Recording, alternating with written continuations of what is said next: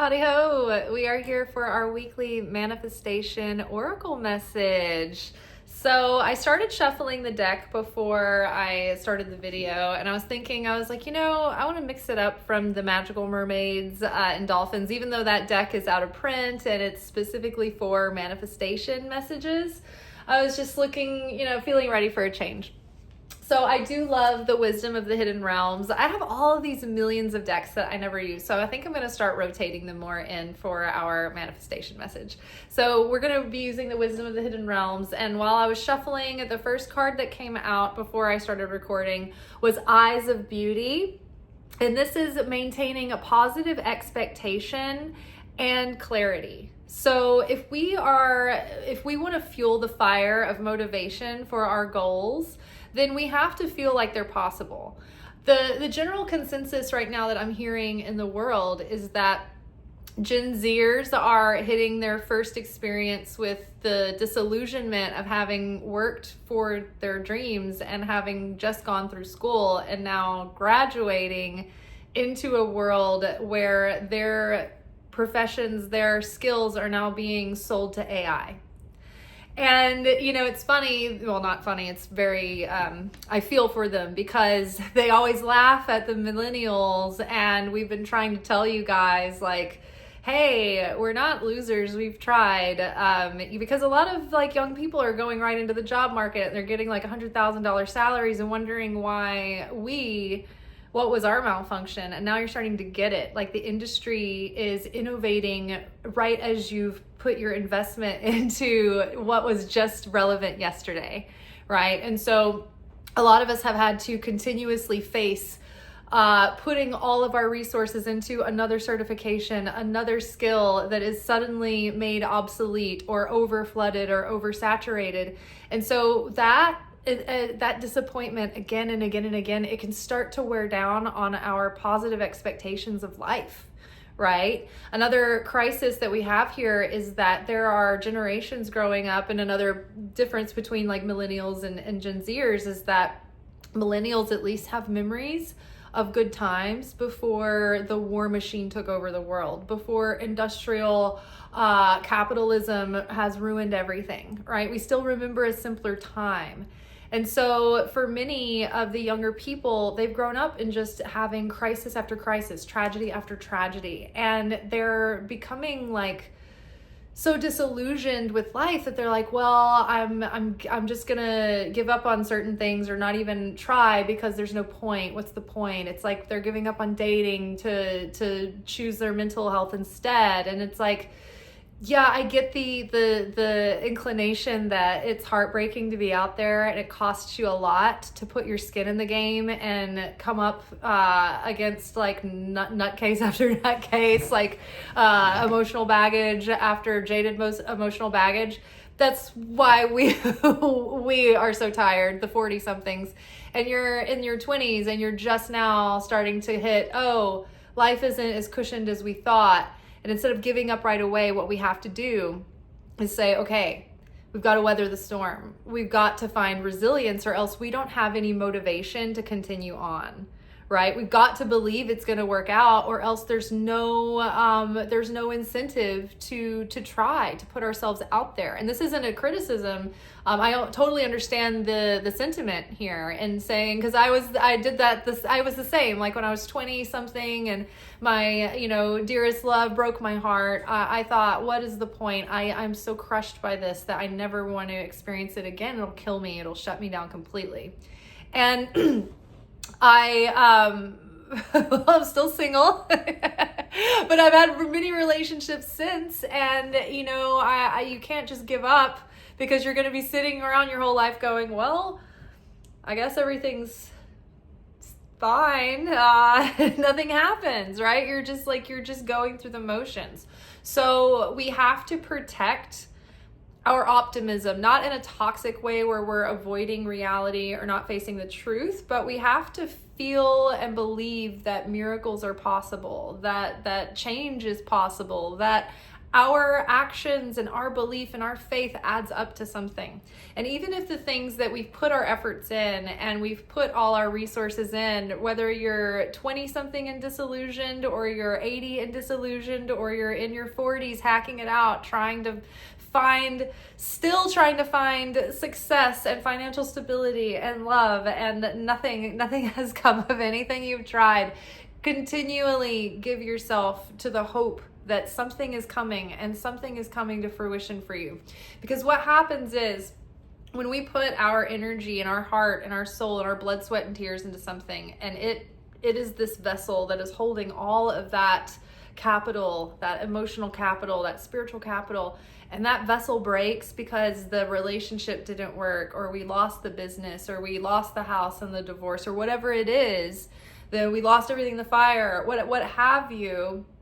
When that disappointment happens, if you hold on to the knowing that what is meant for you will be, and that what is being held for you is safe, and that this is just another stepping stone along the adventure that gets you there, and you believe that it can still be possible, and you believe that your time and your efforts have not been wasted, but you look for the treasures in the takeaways and in what you can learn from that, and then you keep going and you apply that faith into the next thing. When you finally find the thing that is meant for you, that you're aligning with on your path, where you're finding, okay, maybe you do have a couple more stepping stones, and maybe they aren't mistakes, but maybe they're not permanent chapters. Maybe they're chapters that give you the skills that you're gonna need to eventually get to the finish, not the finish line, but like the final, like where you need to land. Right? So for instance, I spent years in television and film production, and I learned how to use gear and tell story, and I learned how to market and put myself out there in the world through digital spaces. And I didn't stay in film, but I took all of these skills and applied them to everything that I'm making and doing now on my own terms. See?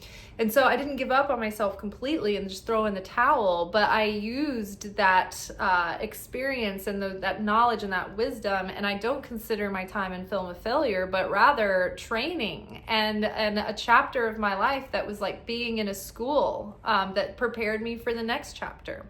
So nothing is lost. Look at things try to see the beauty in the situation, right? Try to be face to face with the Creator. And that means that whatever situation we find ourselves in, whether it's a blessing or a challenge, is particularly important in times of challenge, in times of uncertainty and darkness, that you know that the Creator is present, and that you can call on that presence to strengthen you, to shield you, to guide you, to turn the situation around, right? Sometimes we're put in these moments of testing our mettle and testing our grit and our faith and our fortitude. And if we can just shift our consciousness and choose to look for God to move through the situation on our behalf, then that unlocks the magic. It's like saying abracadabra and then it happens. Like that faith and that looking for God in the moment, knowing that faith, that certainty that God's there, we just have to find and connect with that God, the essence of God, finding how to identify the face of God in the situation, right? God doesn't have one face. You can't put a graven image on God, because God is greater than that, and God is within everywhere and everything, and within us, and we are within God. So learning how to discern God's face through any given situation is part of the joy of the mystery, right? So looking for the beauty of the situation, having positive expectations when you take your actions. All right, Ice Queen, ideas preserved, non-action, and entitlement. So so when we feel entitled, like when we start to get entitled, we start to get mad that things aren't working out. We lose our appreciation for things. We're wanting life to be handed to us on a silver platter.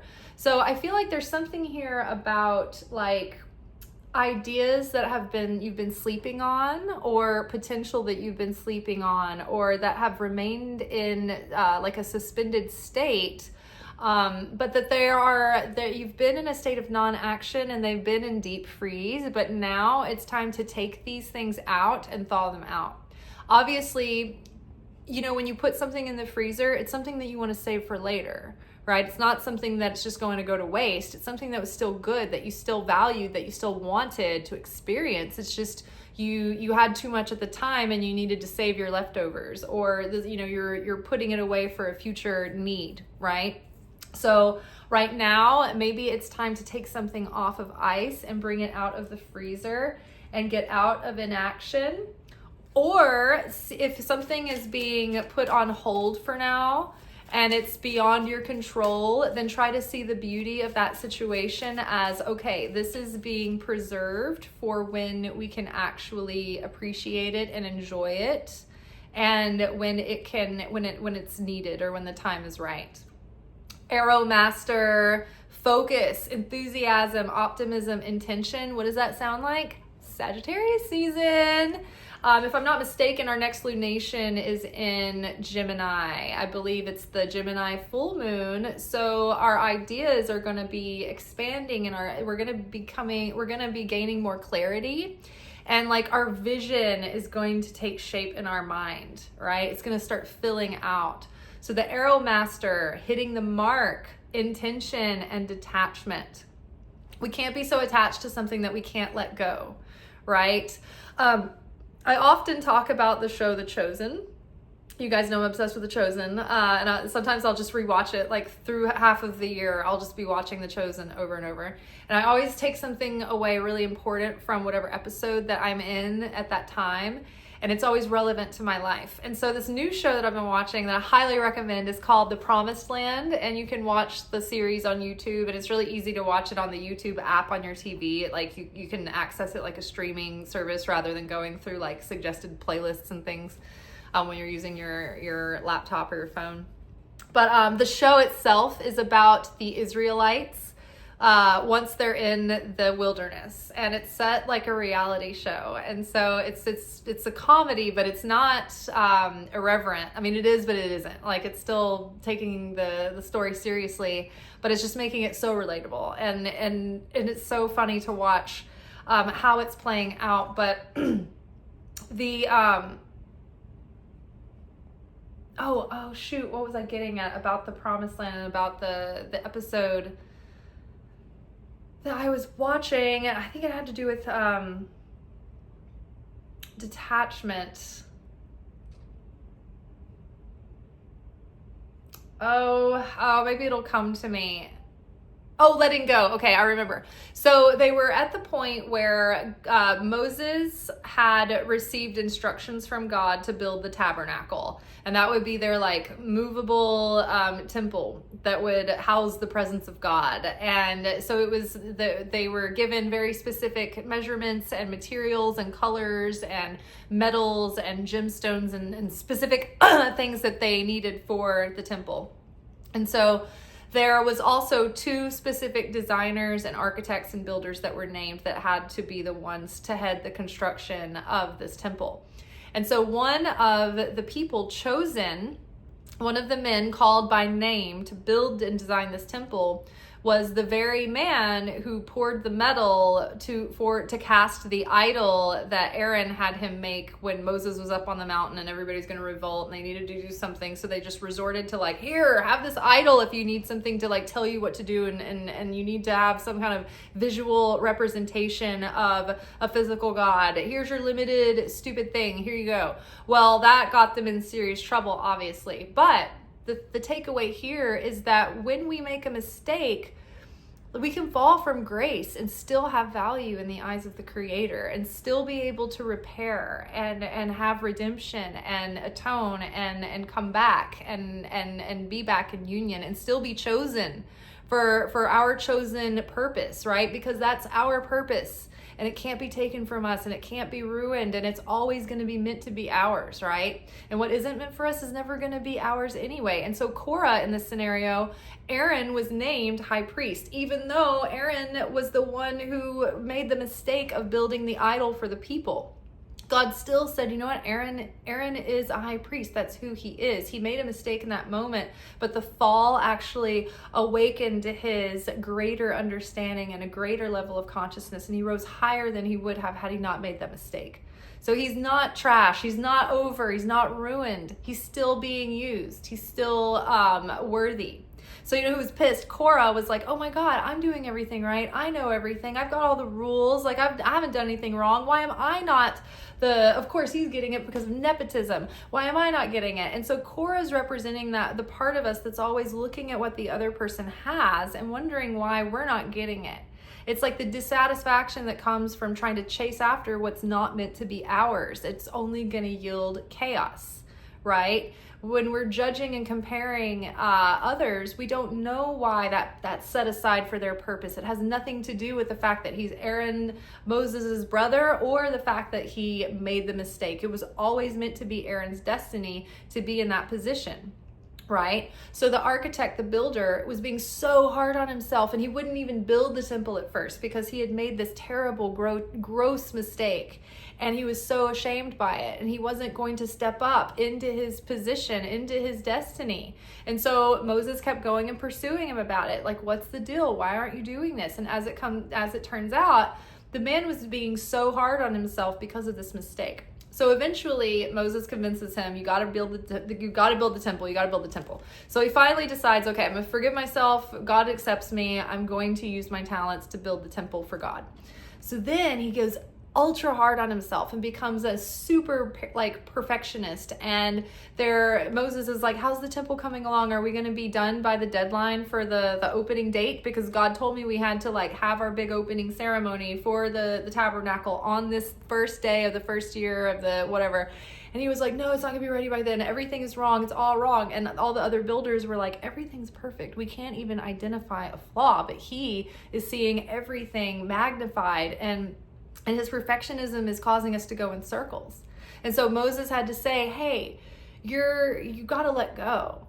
Like, you did your best. You focused. God never said it had to be perfect. He just said, here are the measurements. Here are the materials. Do your best. He was like, we're going to put this thing up and down and put it together and take it apart 1,000,000 times.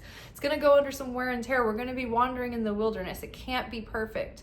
But what matters is that you did your best. You gave it everything you had. You cared. You paid attention to detail. You gave it your all. But other than that, you just got to let it go. You got to let go. And so the character was struggling with the ability to let go and let the project be finished and complete and accept the best as what it is, and not to hold yourself back and be frozen, stuck in perfectionism, because then it'll never be ready, right? Then you'll never be ready. The circumstances will never be ready. All right. And the High Lady of Love and Compassion, reverence, kindness, and consideration. And so having compassion and kindness for yourself, right? That's what that builder needed to allow himself more compassion and more kindness.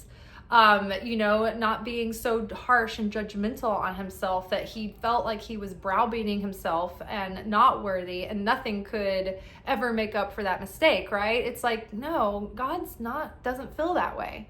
And it doesn't mean that we should just be like lackadaisical and be like, well, I can get away with whatever, I'll be forgiven. And some people's attitude is that. Some people's attitude is, oh, I'm washed in the blood of, Jesus, and my sin is forgiven. And it's like, then they don't take on ownership of their own personal transformation. And so that's like toxic passivity right there. So the High Lady of Love and Compassion, reverence. He took reverence for the project, right? That's what matters. You see life, you show up for life with reverence. You appreciate your day. You see it as sacred and holy, and you see yourself as a temple, a vessel, of a channel of divine. And you say, you know what? I want to be the best vessel that I can be today. I want to channel the most and best light through, but I'm not going to be so structured or rigid about it that the light's going to be blocked from hitting, from being spread out, right? I'm just going to shine the light, and we're going to do our best, and we're going to, produce something rather than sit in unmanifested seeds in the dark, right?